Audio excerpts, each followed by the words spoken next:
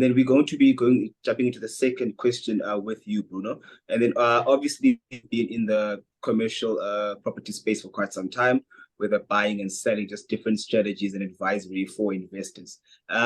One pertinent question currently right now is whether in terms of buying property, so there's these two legs. So buying property, is it better now to buy property outright, or is it also a better option rather to buy shares in a company that owns the property? So maybe just touch on both and just outline some of the detail for our listeners, please. Sure.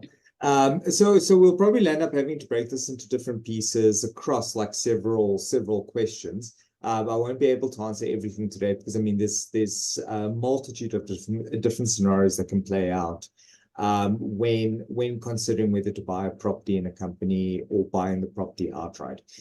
So I suppose maybe the easiest way to start off with is from a risk perspective.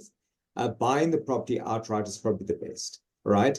So this is if you look at the balancing of the different investment pillars when it comes to legal and tax, is you always look for things like the asset protection side, the tax efficiency, and where you can get money from, what bank would be willing to finance you.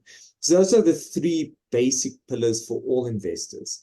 And you need to look at those quite deeply before ever acquiring any property from an investment perspective or any business. This is a business strategy, right? So that's the first thing to look at. So from an asset protection perspective, buying into a company, buying shares is a mission. There's a lot of things that could go wrong. There's a lot of due diligence that one will need to attend to. And I'm happy next week to speak a little bit more about what can happen if a person buys into a company and what you should do and how you should go about doing it.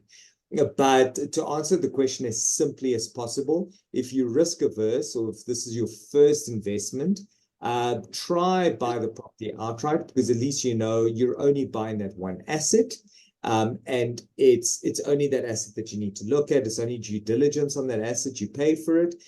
It might cost you a little bit extra from a tax perspective, but at least you're good.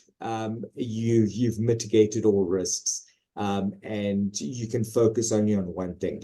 Maybe next week we'll take it one step further and ask ourselves, well, maybe it's my second, third, fourth, fifth property. I want to be smart about how I do this. Or maybe the company has an assessed loss or whatever. Yeah, then we can start looking at, okay, great. What are the implications of buying shares versus buying the property outright? Well, there you have it. So thank you very much, Bruno. So we're looking forward to some of those answers going into the next couple of weeks. And that does bring us to the end of our first episode of the year. Thank you, everybody, and we'll see you guys again next week. Cool. Thanks. Thanks, guys. Cheers. Cheers.